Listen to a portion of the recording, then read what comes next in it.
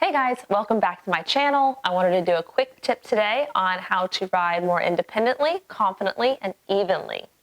To do this, you're going to want to ride without your stirrups or with one stirrup. When you ride without stirrups, you are taking away your base of support and you have to sit evenly in the saddle.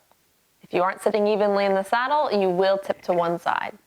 When you ride with one stirrup, it really brings attention on which stirrup you like to ride with. So as you do this exercise, you're going to find that you are much more comfortable riding with one of your stirrups over the other. I personally am a left-legged rider, so when I ride with just my left stirrup, I feel very confident in the saddle. When I switch and only ride with my right, I have a lot harder time staying balanced. So I tend to do this exercise where I ride only with my right stirrup to help me get over into that side of my body and force my right leg to do more of the work. We like to start this exercise at the halt on a very trusty steed. You don't want to do no stirrups or one stirrup work on a horse that's about to buck you off. Make sure you're sitting evenly in the saddle. Mirrors really help in this case. If you've got someone on the ground to tell you when you're sitting evenly, that's great too. Take both feet out of your stirrups and just let them hang where they would if they were still in the stirrup. There's other exercises we can do where we let our leg hang very long, but today we're not going to want to have our leg hang too far away from our stirrup. You'll take a couple breaths and then you'll go to find your stirrups again. If you can find them both at the same time, that's great, but if you need to work on one before the other, that's fine too.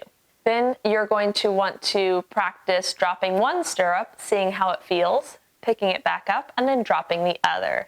Really take note if one feels way more comfortable than the other. That's probably the one you do not need to work on.